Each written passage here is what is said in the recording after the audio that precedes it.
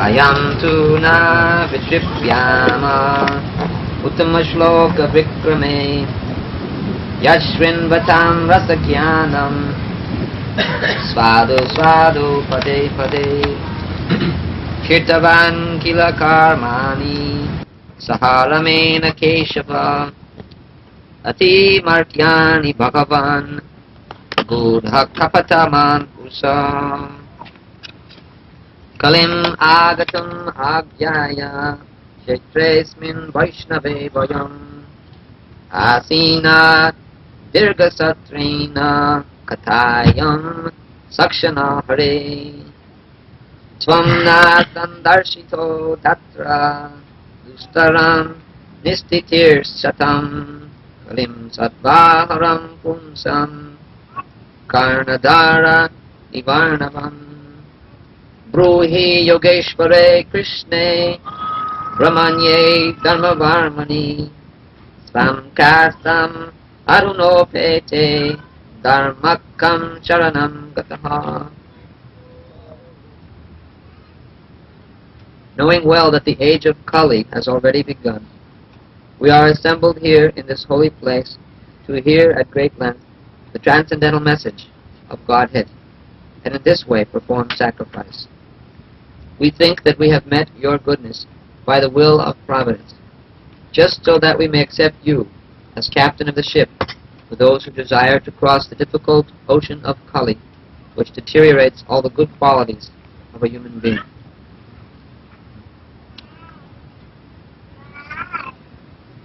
These words were spoken by Shonaka, the chief of the rishis at Naimisharanya, and they're spoken to Sutta Goswami, who's the speaker at Naimisharanya, speaking in Srimad Bhagavatam.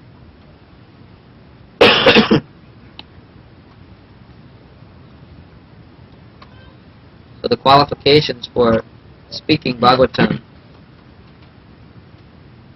are here.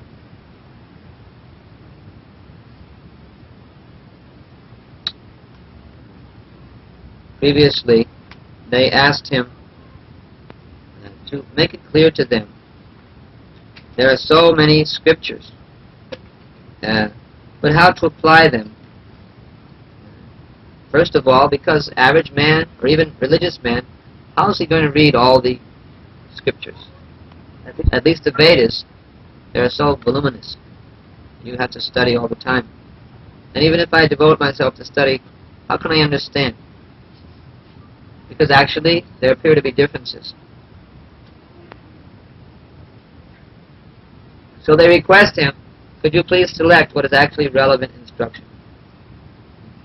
So the Srimad Bhagavatam is that selection, the cream of all the Vedas. But who made this selection? How could anyone presume to edit the words of God and present only some of it?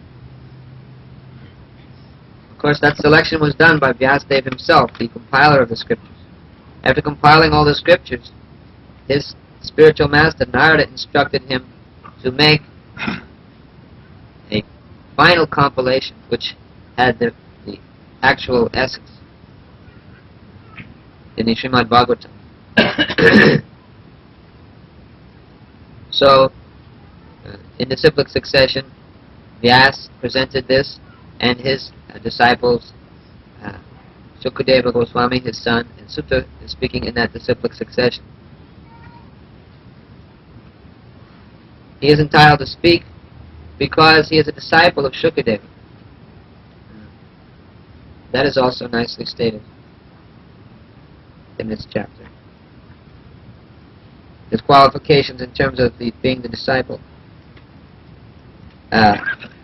Vetatvam saumya tat sarvam tatpatas tadanubrahad bruyu snigdasya shishyasya guravo guyam apyuta.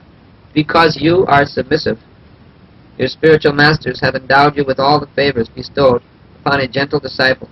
Therefore you can tell us all that you have scientifically learned from them.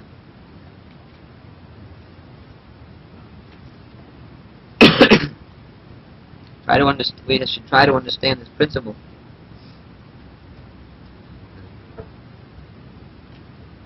That he is a spiritual master because he was submissive to his spiritual master, and can present just suitable information according to time and place, meaning that he presents change anything. This is the tradition.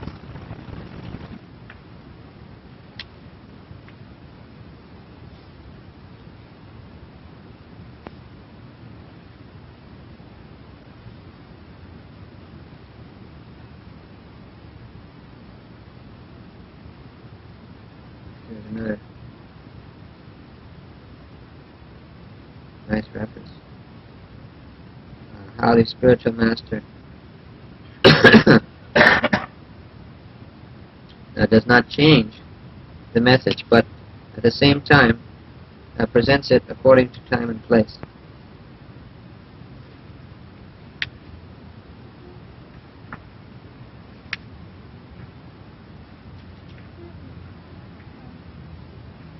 Similarly, with the appearance of Lord Chaitanya, he made further adjustment for the age of Kali, and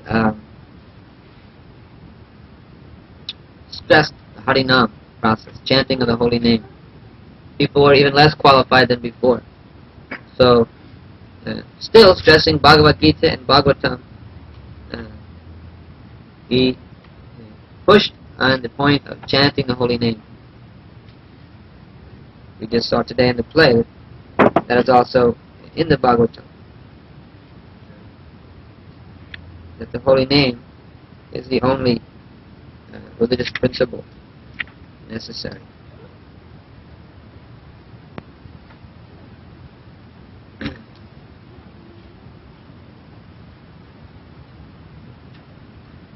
So the spiritual master speaks the message of Godhead, and by not changing it, it is as good as hearing from God. This is not at all to be confused with the bogus presentation a guru or swami or yogi makes that he is incarnation of God. He is himself Narayan. This is usually done by the impersonalists, who say that God is not a person, but that it is a impersonal state beyond all personality. And so he is, because he is speaking this, realized in this, he says that he is as good as that Brahman. He is Brahman, you are all Brahman. He is God and you are God. And there's no need to worship God. But this is not the conclusion of the scriptures. Beyond all impersonal realization, there is the personality of God.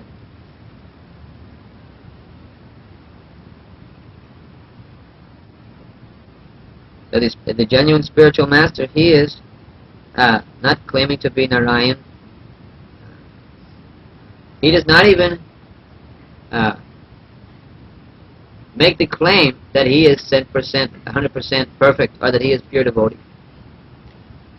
He doesn't have to be perfect in every respect,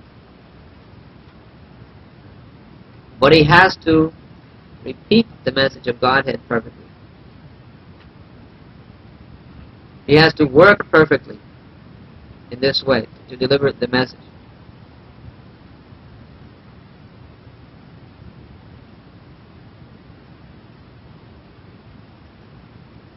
We've given this example that an expert electrician, he may take an apprentice, and under his guidance, in that limited context of working very closely with the electrician and doing everything that he asks him to do,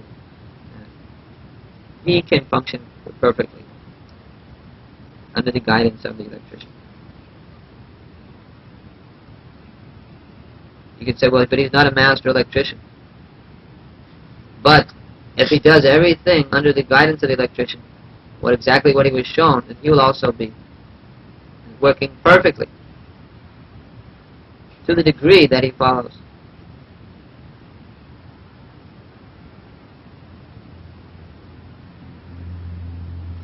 So similarly, if we have complete faith in the perfect, in the all-perfect personality of Godhead, and in our spiritual master,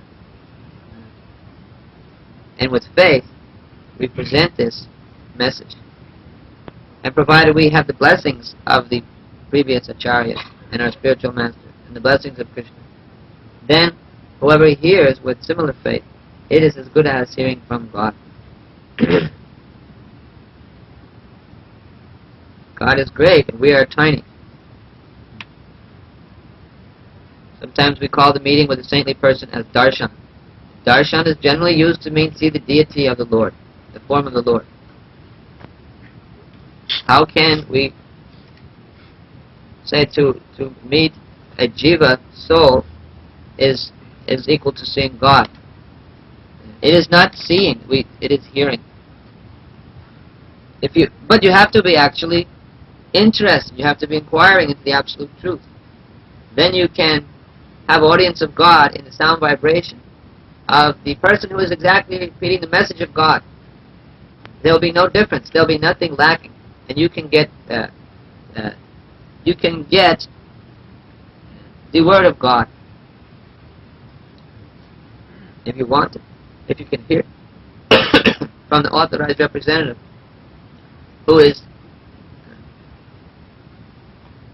not God,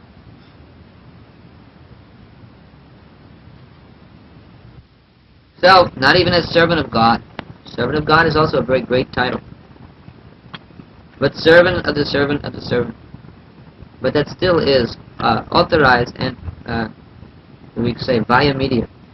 It does not obstruct you from God. Rather, you have no direct access to God. At least that is the statement of the Lord Himself. Ye me bhakta jana partha, na me bhaktas chate jana, mad bhaktam chate bhaktas, te me bhaktata mamata. He who says he's my devotee, the devotee of God, who's ever proclaiming, yes, I'm a devotee of God. This is the word Krishna is speaking to Arjuna. He's in the Puranas. He who says he's my devotee, he's not my devotee. So, if we're saying that I'm a devotee of God, and God Himself says He's not, and that, yes, I'm a very intimate friend of this person, and then the person himself says, who? No, he's not. He's not a friend of mine. Then it is finished. My claim is finished. So God says, he who says he's my devotee, he's not my devotee. But he who is a devotee of my devotee, he's my devotee. So he wants to be approached in this way, through the representatives. And it is direct.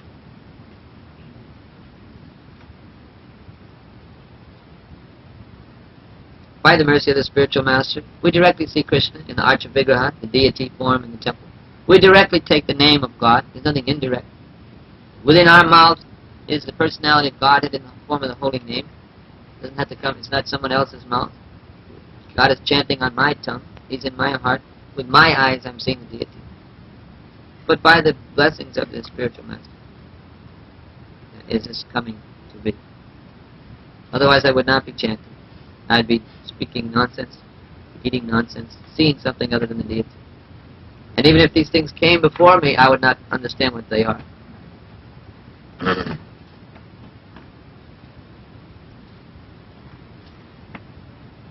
But if God is infinite, how can the infinitesimal devotee or servant of the servant, how can he deliver God? If God is an ocean, and the spiritual master is a pond, how can he deliver you the ocean?